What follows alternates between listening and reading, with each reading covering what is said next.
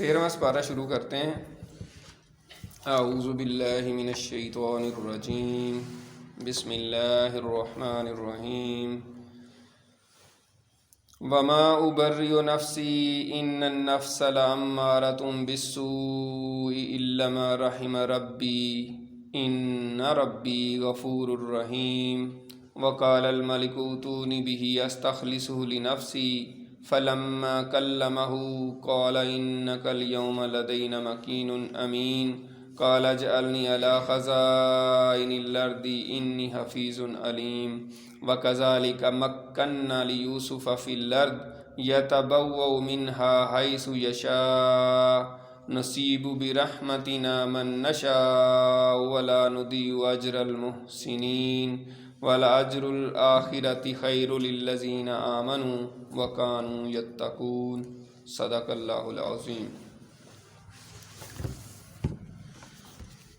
اب ہم جو سورہ یوسف کا مطالعہ کر رہے تھے، جس میں ہم نے اس کا ایک اجمالی پورے قصے کا جائزہ لیا ہے، اب اس میں کیا کیا نصیحتیں ہیں اور کیا کیا اس میں حکمتیں ہیں، اس سے ہم کیا حاصل کر سکتے ہیں، اس سے ہم کون سی نصیحت حاصل کریں، ہم اپنی زندگی میں کیا پازیٹیو ایڈ کر سکتے ہیں اس کو پڑھ کے سن کے۔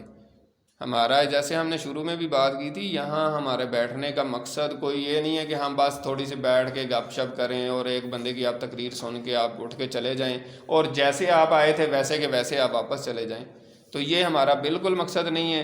ہم یہ چاہتے ہیں کہ آپ آئے ہیں تو کچھ لے کے جائیں، کچھ رزلٹ اورینٹڈ کام ہو۔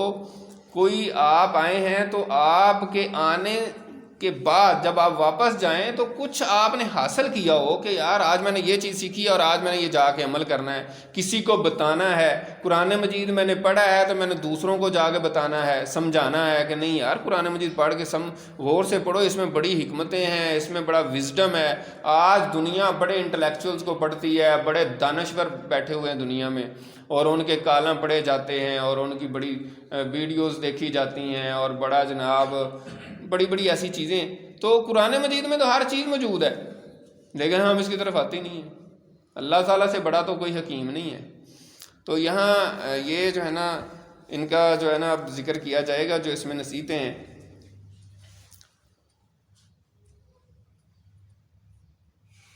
سب سے پہلے جو نصیحت اور وصیت ہے اس میں، جو وزڈم ہے، جو حکمت کی بات ہے، وہ ہے مصیبت ذریعہ نعمت اور راحت۔ آپ سن کے پریشان ہی ہو جائیں گے کہ مصیبت کیسے ذریعہ نعمت اور راحت ہو سکتی ہے۔ اللہ تعالیٰ کی طرف سے اگر کوئی مصیبت آتی ہے، کوئی مشکل آتی ہے، تو اس کے اندر خیر چھپا ہوتا ہے، وہ آپ کو کچھ دینا چاہ رہا ہوتا ہے۔ جب آپ کو ٹف ٹائم زندگی میں ملتے ہیں تو یہ نہیں ہوتا کہ آپ بس پریشان ہو گئے ادھر ہی بیٹھ جائیں، یار یہ تو بڑا مشکل ہے، مجھ سے نہیں ہوتا، تو پھر آپ ترقی بھی نہیں کریں گے۔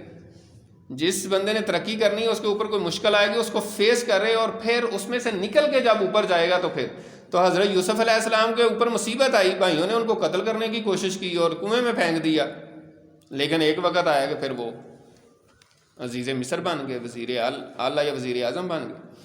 تو یہ مشکلات جو آتی ہیں یہ انسان کو کہیں نہ کہیں پہنچانے کے لیے آتی ہیں، اور جتنا انسان کو دبایا جاتا ہے اتنا ہی پھر اللہ تعالیٰ اس کو اٹھا دیتا ہے، اور یہ حضرت یوسف علیہ السلام کے واقعے میں ظاہر ہے۔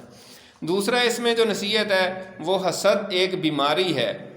یہ ایک بڑا اہم پوائنٹ ہے کہ حسد ایک انتہائی خوفناک بیماری ہے، اور ہم سب کو یہ چیک کرنا چاہیے کہ میرے اندر حسد کی بیماری تو نہیں ہے۔ میں کسی بھائی کو کوئی نعمت ملنے سے مجھے کوئی جلن تو نہیں ہوتی، کہیں میں یہ تو نہیں فیل کرتا ہائے یار یہ تو کتنے نے بڑی یار دولت کٹھی کر لی، وہ یار پلاٹ سے پلاٹ لے جا رہے ہیں۔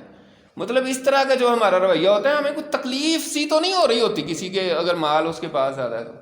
اگر اس کے پاس بڑی گاڑی ہے، اس نے کہیں اچھی جگہ کو گھر بنا لی ہے، ہمیں خوشی ہونی چاہیے، یار ہمارے بھائی بڑی خوشی ہے یار ماشاءاللہ آپ نے لے لیا، بڑا میرا تو دل بڑا خوش ہوا ہے۔ ایسے ہونا چاہیے، نہ کہ ہمارے اندر جلن ہو، ہم جلیں کہ یار ہے بندہ تو بڑا، یار یہ تو بڑا مشہور ہوتا جا رہا ہے، یار ہے تو بڑا ترقی کرتا جا رہا ہے۔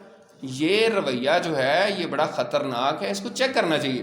نبی اکرم صلی اللہ علیہ وسلم کی حدیث ہے کہ حسد نیکیوں کو ایسے کھا جاتا ہے جیسے خشک لکڑی کو آگ کھا جاتی ہے۔ جتنی بھی آپ نے نیکیوں کے پہاڑ اکٹھے کیے ہوں گے نا، آپ کا پہاڑ بنا ہوا ہے نیکیوں کا، یہ بڑے تہجدیں، نوافل، تلاوت، صدقہ، خیرات، یہ جی پہاڑ بنا ہوا ہے، ٹھیک ہے، حسد کیا اس کو آگ لگ جائے گی اور وہ چلنا شروع ہو جائے گی۔ تو اس میں بہت کیئر کرنے کی ضرورت ہے۔ اس کے بعد اخلاق و صاف اور تربیت کی بات ہے کہ حضرت یوسف علیہ السلام کو نبوت کے خاندان میں حضرت یعقوب علیہ السلام نے ایسی تربیت کی تھی، ایسا اعلیٰ اخلاق و صاف اور تربیت ان کی ایسی کی ہوئی تھی، ایک تو ان کے اچھے اخلاق تھے اور پھر صبر، استقامت، اس وجہ سے انہوں نے ساری مصائب کو برداشت کیا۔ تو ہمیں بھی اپنی اولادوں کی بھی تربیت کرنی چاہیے اس حوالے سے کہ وہ بھی پامردی کے ساتھ مشکلات میں کھڑے رہیں۔ چوتھی اس میں جو نصیحت ہے وہ یہ ہے کہ دین پر جمے رہنا، مشکلات آئیں، تکلیفیں آئیں، دین پہ ڈٹے رہنا ہے، دین سے نہیں آپ نے پیچھے ہٹنا کہ نہیں جی ذرا سی بات ہو تو کمپرومائز کر لے بندہ، نہیں یار میں کیا کروں۔ علامہ اقبال رحمۃ اللہ علیہ نے کہا تھا کہ دین ہاتھ سے دے کر اگر آزاد ہو ملت، ہے ایسی تجارت میں مسلمان کا خسارہ۔ یعنی اگر دین ہی ہاتھ سے دے گیا، اگر ملت آزاد ہونی تو پھر اس کا اچار ڈالنا ہے ہم نے۔ کوئی بھی کام جو ہے اگر آپ کوئی اچیو کرنا چاہ رہے ہیں، آج کے دور میں ہم کرتے ہیں ہم نے شریعت نافذ کرنی ہے، وہ کرنا ہے، جو بھی آپ اچھا کام کرنا چاہ رہے ہیں دین کا، اگر آپ دین پہ ہی کمپرومائز کر کے وہ کریں گے تو اس کا کیا فائدہ ہے؟ اگر آپ جھوٹ بول کے کوئی نیکی کا کام کرنا چاہیں، نیکی میں کمال حاصل کر رہے ہیں، بیس اس کی جھوٹ ہے، تو اس کو آپ جو ہے نا اپنے گھر میں رکھیں، اس کا کیا کرنا کسی نے؟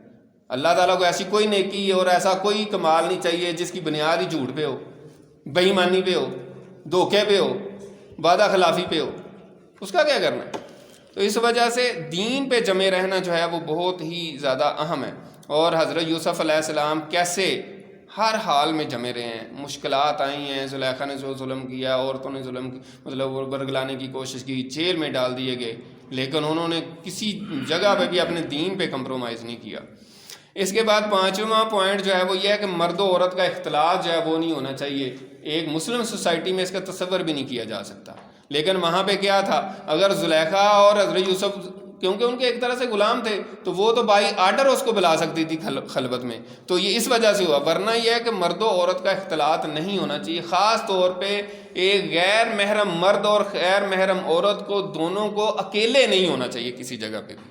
آپ صلی اللہ علیہ وسلم کی حدیث ہے ترمذی اور نسائی کی کہ دو غیر محرم مرد اور عورت کہیں بھی اکٹھے ہوتے ہیں تو تیسرا شیطان ہوتا ہے ان کے ساتھ، تو اس میں بہت زیادہ کیئر کرنے کی ضرورت ہے۔ اسی طریقے سے نمبر 6 جو ہے وہ ہے اخلاقی نجاسوں سے پرہیز، یعنی ایسی جگہ پہ جانا اور ایسے موقعوں پہ جانا جس میں اخلاقی نجاسوں ہو سکتی ہیں تو اس سے پرہیز کیا جائے۔ اور اس کے بعد 7واں ہے معصیت سے مصیبت بہتر ہے، یعنی گناہ سے مصیبت لینا بہتر ہے گناہ کرنے سے۔ حضرت یوسف علیہ السلام کو زلیخا نے کہا تھا کہ اگر تم جو میں کام تمہیں کہتی ہوں اگر نہیں کرو گے تو تمہیں جیل جانا پڑے گا، تو انہوں نے کیا کہا تھا؟ انہوں نے کہا یا اللہ مجھے جیل جانا بہتر ہے، وہ مجھے پسند ہے، جس طرف یہ بلا رہی میں وہ کام نہیں کروں گا۔ تو یہ اصل چیز ہے۔ پھر سچے دائی کی صفات، سچا جو دائی ہے جو اللہ کی طرف واقعی سچے دل سے بلانے والا ہوتا ہے وہ پھر مشکلات نہیں دیکھتا، مشکل دور نہیں دیکھتا، وہ ہر جگہ اللہ کے دین کی تبلیغ کرتا ہے۔ حضرت یوسف علیہ السلام نے ہر موقع پہ تبلیغ کی، اگر محل میں تھے زلیخا کے ادھر بھی تبلیغ کرتے تھے، جیل میں چلے گئے تو جیل میں تبلیغ کی، جو ان سے خوابوں کی تعبیر پوچھ رہے تھے، جو 2 قیدی ہے ان کو پہلے تعبیر بتانے سے پہلے تبلیغ کی، ان کو کہا کہ یہ تعبیر میں تمہیں بعد میں بتاتا ہوں لیکن یہ تو بتاؤ کہ یہ کیا ہے، یہ بت پرستی اور یہ خدا اتنے بنائے ہوئے ہیں، میں تو بس ایک خدا کو مانتا ہوں، وہی ہے سارا کچھ کرتا ہے، یہ کیا کر سکتے ہیں۔ پھر باقی جیل کے لوگوں کو تبلیغ کی، ان کو وہ مسلمان ہو گئے، ٹھیک ہے، ایون کہ بادشاہ بھی بعد میں مسلمان ہو گیا۔ 9واں پوائنٹ جو ہے نا اس میں یہ ہے کہ دائی اور پیشوا کی پاک دامنی، یعنی اپنی پاک دامنی کی کوشش کرنا کہ آپ کے اوپر کوئی حرف نہ آئے، تو اس پہ بھی حضرت یوسف علیہ السلام پورا جو ہے نا ثابت قدمی کے ساتھ رہے۔ اور جب ان کو بادشاہ نے خواب کی تعبیر حضرت یوسف علیہ السلام نے بتا دی تو ان کو کہا کہ اس کو میرے پاس لے آئیں، یوسف علیہ السلام کو بادشاہ نے کہا، تو حضرت یوسف علیہ السلام نے کہا کہ نہ میں نہیں جاتا، مجھے کوئی اتنی جلدی نہیں ہے، پہلے بادشاہ سے کہیں وہ جو خواتین، جو مصر کی خواتین جنہوں نے ہاتھ کاٹ لیے تھے زنانے مصر نے، ان کا کیا قصہ ہے اس کی تحقیق کریں۔ کہ مجھے جب جیل میں ڈالا ہے تو مجھے میرے اوپر الزام تھا، تو اس کی تحقیق کریں پہلے تو پھر میں جاؤں گا۔ تو پھر بادشاہ نے تحقیق کی ساری، اس کی پوری صحیح جس طرح تحقیق ہوتی ہے، تو پھر ان عورتوں نے بھی کہا کہ ہم نے یوسف علیہ السلام میں کوئی عیب نہیں دیکھا، اور عزیز مصر کی جو بیوی زلیخا تھی اس نے بھی کہا کہ ہاں اب تو ہر چیز کھل کے سامنے آ گئی ہے، بالکل وہ پاک دامن ہے، اس کا کوئی قصور نہیں تھا، میرا ہی قصور تھا۔ پھر حضرت یوسف علیہ السلام نے کہا کہ اب میں جاؤں گا، اگر میں ویسے چلا جاتا تو لوگ کہتے ہاں جی وہ تو بس ایسے ہی بادشاہ نے رحم کر کے ان کو جیل سے بلا لیا ہے، کچھ غلطی ہوئی ہوگی، کچھ خدا نہ خواستہ ایسا۔ تو اپنے آپ سے الزام کو ہٹانا جو ہے یہ ضروری ہے۔ اگر آپ کے اوپر کوئی الزام لگائے آپ کس چیز کی تبلیغ کر سکتے ہیں؟ پھر یہی تو انبیاء نے آگے کیا ہے، انبیاء نے آگے بتایا۔ آپ صلی اللہ علیہ وسلم نے یہ کہا نہیں کہ میری 40 سالہ زندگی تمہارے سامنے ہے، آپ صلی اللہ علیہ وسلم کو اللہ تعالیٰ نے پیش کیا تھا پوری دنیا کے سامنے کہ یہ ہے میرا محبوب، یہ ہے میرا بندہ، ہے کسی کی ہمت تو اس کے اوپر کوئی بات کرے، وہ تو وہ خود ہی پہلے صادق اور امین کہتے تھے۔ اسی طرح کا واقعہ میں یہاں شیئر کرنا چاہوں گا، امام بخاری رحمۃ اللہ علیہ کا واقعہ ہے۔ امام بخاری کی بخاری شریف اس وقت پوری دنیا میں پڑھی جاتی ہے، صرف مسلمان نہیں کافر بھی پڑھتے ہیں ریسرچ کے لیے، اور ان کے مقاصد ہوتے ہیں مسلمانوں پہ اس کے کرنے کے لیے، الزام لگانے کے لیے بھی ڈھونڈنا کوئی چیز ایسی، یا ویسے بھی تحقیق کے لیے پڑھتے ہیں، اور بڑی ریسرچ ہو رہی ہے۔ قرآن مجید کے بعد دوسری سب سے بہترین کتاب پوری دنیا میں بخاری شریف ہے۔ بخاری شریف کیسے بنی؟ یہ جو چیز جو ابھی میں نے بتائی ہے، امام بخاری ایک دفعہ سفر کر رہے تھے، کشتی میں بیٹھے ہوئے سفر کر کے جا رہے تھے تعلیم حاصل کرنے، شاید بغداد جا رہے تھے۔ تو سفر کرتے کرتے آپ کو یہ نہ سمجھیں کہ آج کے دور میں نوسر باز ہوتے ہیں، تو پہلے نہیں ہوتے تھے، اس وقت بھی ہوتے تھے۔ تو وہ کشتی میں سفر کر رہے تھے، اس میں کوئی نوسر باز تھا، اس نے پوچھا کہ جی ایسے باتوں میں حضرت آپ کہاں جا رہے ہیں؟ انہوں نے کہا جی میں جا رہا ہوں تعلیم حاصل کرنے کے لیے بغداد جا رہا ہوں، میں حدیث پڑھتا ہوں۔ اچھا پھر اور سنائیں، یہ وہ کتنی اشرفی ہیں آپ کے پاس، کتنے پیسے ہیں؟ تو آپ نے بتا دیا میرے پاس یار 1000 اشرفی ہے۔ اگر تھوڑا اور سفر گزرا تھا تو اس نوسر باز نے شور کر دیا، اس نے کہا جی میری 1000 اشرفی چوری ہو گئی۔ اب رولا پڑ گیا، اور ہاں انہوں نے کہا جی ٹھیک ہے تلاشی لیتے ہیں سب کی۔ اس نے تو چال چلی نا کہ میں کہوں گا میری 1000 اشرفی گم ہو گئی ہے، اور تلاشی لے جس کے پاس نکل آئے تو وہ مجھے دے دیں۔ اب امام بخاری سوچ میں پڑ گئے، انہوں نے کہا کہ اب میرے اوپر یہ ہے کہ اگر میرے پاس سے نکل آئی نا، میں 1000 دفعہ بھی کہوں گا نا یہ میری ذاتی ہیں، تو لوگوں نے کہنا نہیں یار اس نے کہا ہے میری چوری ہوئی ہے اور آپ سے نکل آئی، اب آپ کہیں گے میری ہیں، یہ تو نہیں ہو سکتا۔ لہٰذا آپ کو جو ہے نا آپ کے اوپر الزام آ جائے گا۔ اگر آپ کچھ لوگوں کو قائل بھی کر رہے ہیں، کچھ کہیں گے کہ نہیں یار کوئی گڑبڑ ہے، ہو سکتا ہے اس کی ہی ہو جس نے کہا تھا کہ میری چوری ہوئی ہے، تو حضرت امام بخاری کے اوپر الزام آ جاتا، اور ان کی بات کی وہ بات یعنی ویٹیج نہ رہتی، ان کی حدیث میں وہ ثقاہت نہ رہتی، ان کی آگے بیان کی بات کو لوگ اس طرح یقین سے نہ مانتے، کہتے ہیں نہیں ان کے اوپر کوئی الزام تھا لہٰذا ان کی حدیث کو ہم صحیح نہیں مان سکتے، ٹھیک ہے نا۔ انہوں نے فوری طور پہ وہ اشرفیاں 1000 گولڈ کوئنز جو ہیں، جو 1 تولے کی شاید ہوتی ہوگی اس وقت، ایک اشرفی مجھے نہیں پتا، ہو سکتا اس سے بھی زیادہ وزن کی ہو، ٹھیک ہے نا، 1 لاکھ کی ایک اشرفی تھی، 1000 اشرفیاں فوری طور پہ سمندر میں پھینک دی۔ انہوں نے کہا یہی طریقہ ہے کہ میں اپنی ثقافت بچا لوں، لوگ جو مجھ پہ اعتبار کرتے ہیں وہ اس کے اوپر حرف نہ آئے، یہ اشرفیاں تو کوئی نہیں بعد میں مل جائیں گی۔ تو وہ جب تلاشی لیتے لیتے امام بخاری کے پاس آئے، اور بڑا وہ پورے اعتماد تھا کہ ابھی 1000 اشرفیاں نکلیں گی اور مجھے مل جائیں گی، تو انہوں نے تلاشی لی تو کچھ بھی نہیں نکلا۔ اب وہ بھی بڑا حیران ہوا کہ یار ان کے پاس تھیں کہاں گئی؟ تو اس نے پھر بعد میں پوچھا کہ کدھر ہے؟ آپ تو ابھی بتا رہے تھے، تو انہوں نے کہا میں نے تو دریا میں پھینک دی۔ تو یہ قربانیاں ہوتی ہیں، پھر اس وجہ سے امام بخاری کو آج امام بخاری مانتے ہیں لوگ، اور ان کی حدیث کی سب سے پہلے امام بخاری کا نام آتا ہے، بعد میں کسی اور کا آتا ہے۔ تو یہ ہوتی ہے اپنی پاک دامنی کی حفاظت کرنے کی کوشش۔ اس کے بعد صبر کی فضیلت اور نتائج کا بیان ہے کہ جو ہے نا صبر کی کیا فضیلت ہے۔ تو پورے واقعے میں حضرت یوسف علیہ السلام نے جن مصائب کا سامنا کیا، اس میں ان کی صبر کی جو اپروچ تھی، جو انہوں نے صبر کیا، وہی اصل میں کمال کی چیز تھی۔ اور اس سے یہی ثابت ہوتا ہے کہ اس میں کوئی شک نہیں کہ صبر راحتوں اور نعمتوں کے دروازوں کی چابی ہے۔ اور اللہ تعالیٰ اسی صورت میں کہتے ہیں کہ جو بندہ تقوی اختیار کرتا ہے اور صبر کرتا ہے تو ہم پھر ایسے لوگوں کا اجر ضائع نہیں کرتے. اور یہ کامیابی کی کنجی ہے. کوئی بھی شخص کامیاب ہونا چاہتا ہے. لوگ کہتے ہیں نا کامیابی کے آپ کو بڑے یوٹیوب پہ جو نا آج کل کے دور میں وہ ملیں گے, بڑی بڑی سپیچز ہوں گی اور بڑے موٹیویشنل سپیچر جو ہوتے ہیں کہ بڑی تقریریں کر رہے ہوتے ہیں آپ کو کامیابی کی 8 گور 10 گور 5 گور مختلف انہوں نے بنائی ہوئی ہیں سلائیڈز. ٹھیک ہے نا, کامیابی کا ایک ہی گور ہے, ٹھیک ہے, تقوی اور صبر. اللہ تعالیٰ نے فرما دیا تقوی اختیار کرو آپ کو ہر چیز ملے گی, تقوی کے ساتھ صبر, کامیابی. ڈٹے رہو, تقوی اختیار کرو, بے ایمانیاں چھوڑ دو, نیت ٹھیک کر لو, محنت کرو اور صبر کے ساتھ لگے رہو, کامیابی آپ کے خود ہی قدم چومے گی. تو یہ جو ہے نا حضرت یوسف علیہ السلام کی اسٹوری میں جو نسائے تھے.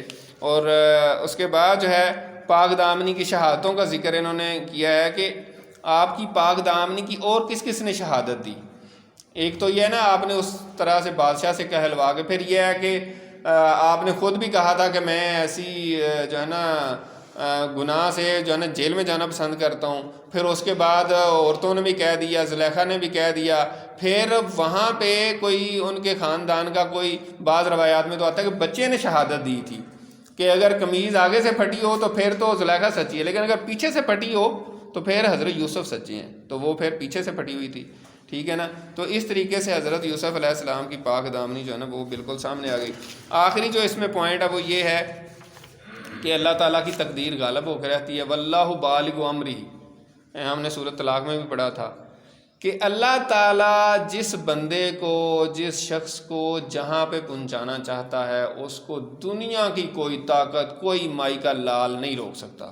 جتنا مرضی وہ دل میں جلے, حسد کرے, رکاوٹیں پیدا کر رہے ہو, اس کو قتل کرنے کی کوشش کر رہے ہو, اس کے راہ میں روڑے اٹکائے, مطلب اس کے دل میں ہو کہ یار یہ کیوں ترقی کر رہا ہے, یہ کیوں اوپر جا رہا ہے, یہ تو بادشاہ بننے کی کوشش کر رہا ہے, یار یہ ایسا خواب اس نے دیکھا, کہہ رہا ہے کہ مجھے سجدہ کریں گے, ہم نہیں ان کو چھوڑیں گے.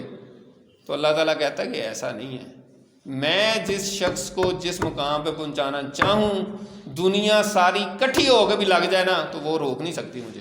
اور یہ حضرت یوسف کے واقعے میں آپ کے بالکل سامنے ہے کہ ہر ایک نے بڑا زور لگا لیا, بھائیوں نے قتل کرنے کی کوشش کی, زلیخا نے جیل میں ڈال دیا, لیکن اللہ تعالیٰ نے کہا کہ میں نے ان کو پہنچانا ہے, اور اللہ تعالیٰ نے پہنچا دیا. اللہ تعالیٰ نے عزیز مصر بنا دیا اور دنیا دیکھتی کی دیکھتی رہ گئی. تو اللہ تعالیٰ کے آگے کوئی رزسٹ کر سکتا ہے؟ اللہ تعالیٰ کا نام ہے العزیز. العزیز کا مطلب ہوتا ہے ان رزسٹیبل, جس کو کوئی مائی کا لار روک نہیں, رزسٹ نہیں کر سکتا کوئی. تو اسی سے جو ہے نا اس صورت کا اختتام ہو جاتا ہے. اس کا اختتامیہ یہ ہے کہ اس قصے میں عقل مندوں کے لیے عبرت ہے. یہ قرآن ایسی بات نہیں جسے خود بنا لیا جائے, بلکہ یہ ان کتابوں کی تصدیق کرنے والا ہے جو اس سے پہلے نازل ہوئی ہیں, اور مومنوں کے لیے ہدایت اور رحمت ہے. گویا اس میں اس طرف متوجہ کیا گیا ہے جو اللہ حضرت یوسف علیہ السلام کو کنویں سے نکال کر تخت پر بٹھا سکتا ہے, وہ اللہ اس بات پر بھی قادر ہے کہ محمد صلی اللہ علیہ وسلم کو بھی عزت عطا کرے اور ان کے لائے ہوئے دین کو تمام ادیان پر غالب کر دے.